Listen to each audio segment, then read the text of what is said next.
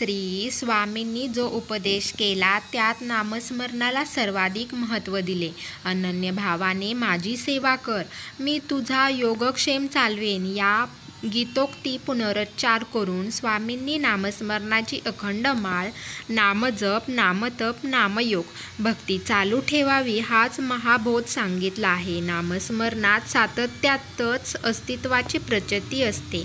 भिवू नकोस, मी तुझ्या पाठीशी आहे, हे त्यांचे आश्वासनही नामजप करताक्षणी तुझ्या सन्मुख आहे हेच भक्ती तत्व सांगते. वडाच्या पारंब्यात तुम्ही धरून बसा हे त्यांनी का बरं सांगितले असावे, तर या सांगण्यातील मथितार्थ असा की वड हे अखंडत्वाचे प्रतीक आहे.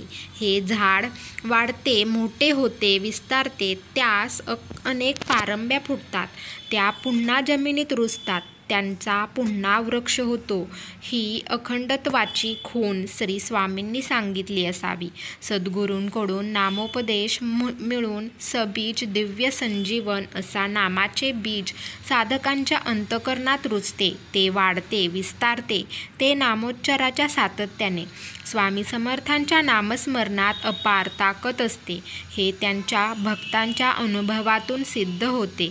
स्वामी समर्थ हे एक दिव्य गुरु होते, ज्यांच्या अस्तित्वाने लाखो भक्तांच्या शांती आणि सुख मिळवून दिले.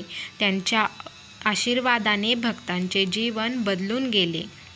स्वामी समर्थांच्या नामस्मरणाने भक्तांच्या मनातील दुःख आणि शंका नष्ट होऊन त्यांना आध्यात्मिक समाधान आणि तात्कालिक सुख प्राप्त होते.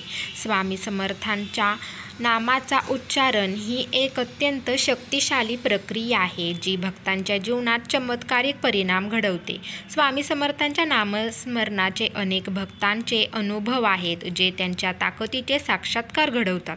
हे नामस्मरण आपल्या अंतरात्म्याशी जोडले आणि भक्तांचा आत्मविश्वास, मानसिक शांती आणि दिव्य भक्तीचा अनुभव देतो. उदाहरणार्थ, एक भक्त सांगतो की त्याला अत्यंत गंभीर आजार झाला होता. डॉक्टरांनी त्याला निराश केले होते, पण त्याने स्वामी समर्थांच्या नामस्मरणाचा अभ्यास केला.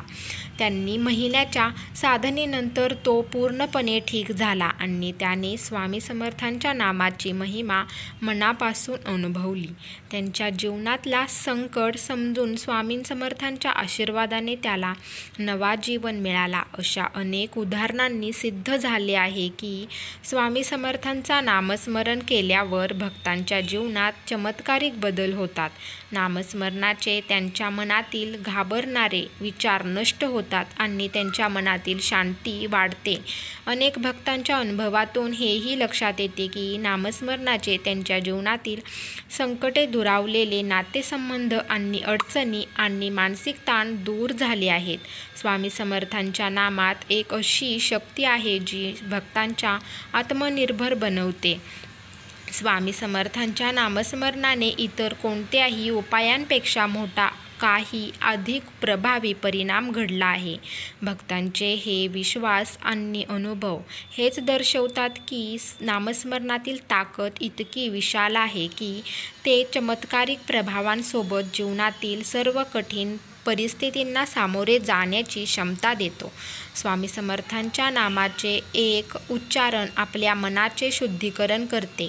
आपल्या अवघ्या अस्तित्वावर त्यांचा पवित्र प्रभाव पडतो. म्हणूनच स्वामी समर्थांचे नामस्मरण केल्यावर भक्त अनुभवतात की त्यांचा आत्मा शुद्ध होतो आणि त्यांच्या जीवनातील सर्व नकारात्मकता दूर होते. हे फक्त एक धार्मिक प्रथा नाही, तर ती एक आध्यात्मिक साधना आहे, जी भक्तांच्या जीवनातील विविध संकटांना परतवून दिव्य प्रकाश आणते. स्वामी समर्थांच्या नामस्मरणाच्या माध्यमातून भक्त त्यांच्या जीवनात सामर्थ्य आणि धैर्य मिळवतात.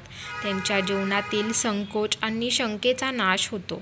या नामस्मरणाने भक्तांच्या आत्मिक जागरूकता प्राप्त होते आणि त्यांच्यातल्या दिव्यत्वाचा अनुभव होतो. त्यांचा भक्ताचा विश्वास आहे की स्वामी समर्थ हे प्रत्येकाच्या जीवनात अस्तित्व असलेल्या परमेश्वराच्या रूपात आहेत आणि त्यांचे नामस्मरण केल्याने भक्तांना अडचणीचा सामना करण्यासाठी एक शक्तिशाली शस्त्र मिळते. अशा प्रकारे स्वामी समर्थांच्या नामस्मरणात अपार शक्ती आहे, जी भक्तांच्या जीवनात चमत्कारिक आणि सकारात्मक बदल घडवते. स्वामी समर्थांचे नाम म्हणजे केवळ शब्दांचे उच्चारण नाही, तर त्यांच्यात आत्मशुद्धता, आध्यात्मिक उन्नती आणि जीवनातील सर्व संकटांचा नाश करण्याची अपार शक्ती आहे. अवधूत चिंतन. श्री गुरुदेव दत्त. स्वामी महाराज की जय.